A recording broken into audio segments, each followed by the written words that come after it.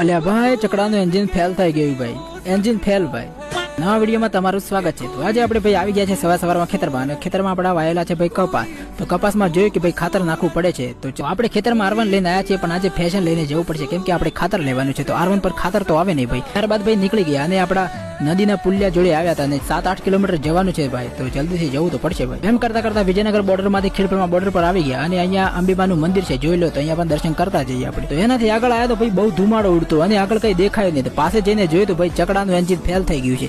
તો જો ભાઈ ચકડો કેટલો ધુમાડો કાઢે છે. તો ચકડાનું એન્જિન ભાઈ ફેલ થઈ જ ગયું છે. નીચે આવ્યા તો બે છોકરીઓ જો દોડતી જાય છે. ઓ આગળ ભાઈ જીપ ઉભી છે એટલે દોડતી જશે, તે મને એવું લાગ્યું. પણ અહીંયા જોયું તો ભાઈ જીપ પાછળ જીપ બાંધેલી હતી. તો ભાઈ એવું લાગે છે કે જીપનું પણ એન્જિન ફેલ થઈ ગયું. તો આગળ ભાઈ આપણા રામદેવપીરનું મંદિર આવી ગયું. તો અહીંયા પણ દર્શન કરતા જઈએ. ફાઇનલી આપણે ખાતર લેવા ભાઈ ત્યાં સોસાયટીમાં પહોંચી ગયા. તો આવી કઈક સોસાયટી છે, જોઈ લો. કલુલ કંપા આપણે આવી ગયા છે ભાઈ. અહીંયા આવીને પ્રોબ્લેમ થઈ ગયો. જે આપણે ખાતર લેવું હતું એ ખાતર અહીંયા પડ્યું નથી. તો ઘરે એકવાર ફોન કરીને